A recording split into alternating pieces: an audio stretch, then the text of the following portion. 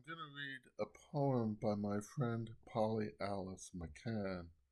She wrote it in memorial to her grandmother, who lived 100 years from 1912 to 2012 and shared a birthday with Polly.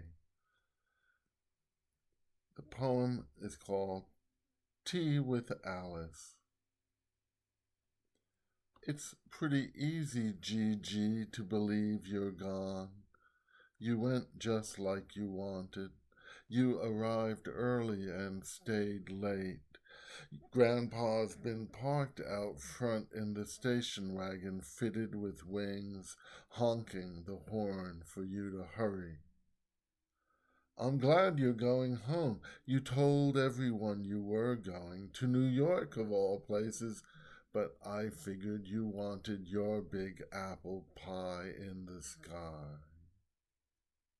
Eat me. I buy cheesecake for your wake. There's only me here, but the label reads Father's Table. Someone else thinks there's cheesecake in heaven besides me. When you said you saw children playing, heard dogs barking where there were none, I knew you were getting ready to go. But why sneak out the back door? Why go alone? Why did you dash away without a goodbye? How you feared death at 99 and laugh it off at 100. Your soldier's grave, his white linen, headstone empty where a wife would be. You ran all the way home, back to your father and mother, your sisters in Salinas, Kansas, people I'd never meet. Next to yours is the headstone for your baby sister. Was she 7 when she died? Right in front of you, wasn't it? Struck by a car near the railroad tracks, something you never stopped seeing. Shrink me. Was that your fatal mistake, one which made you 100 years careful, 100 years resistant, 100 years sorry not to have taken her place? I can see part of you making Jell-O salad for the friends of the library, buying peanuts in bulk, making instant coffee, while part of you remained standing on the edge of those tracks in that small Kansas town forever. Bigger. If only I'd had held her hand tighter. If only I'd left the schoolhouse later. If only I'd stayed after. If I'd stayed after to ask a question. And for a century you stayed after, didn't you?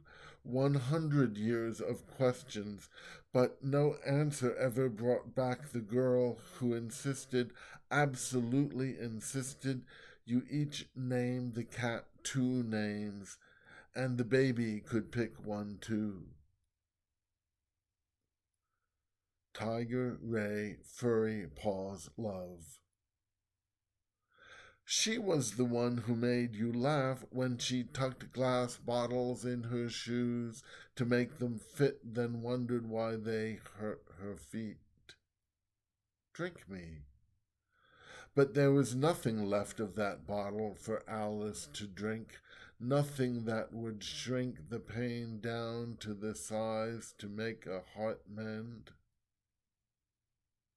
Coffee, black, no sugar.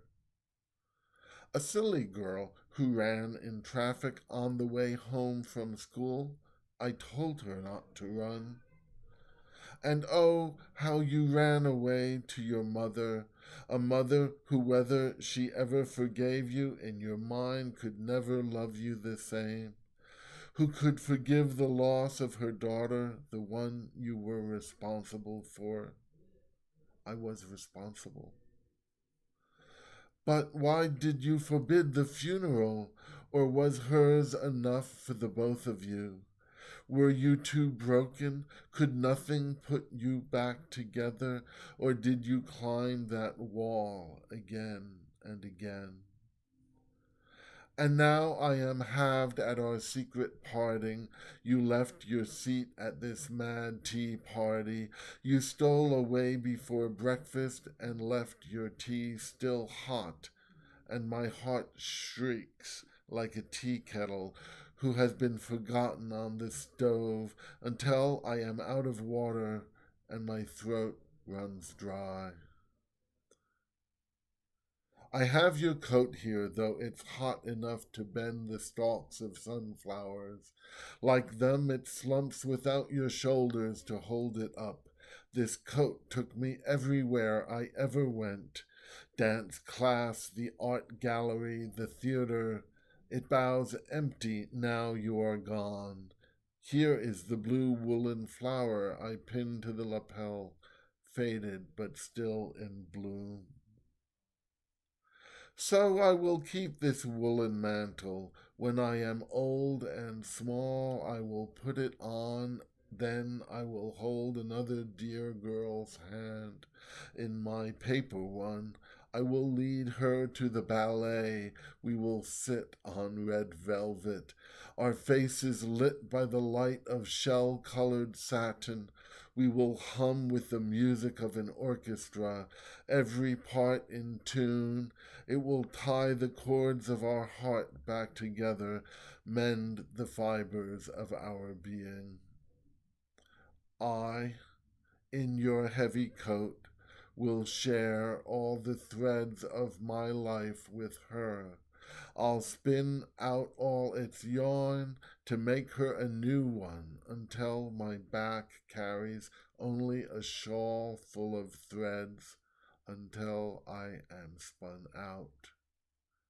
I will grow still smaller while she will grow ever larger.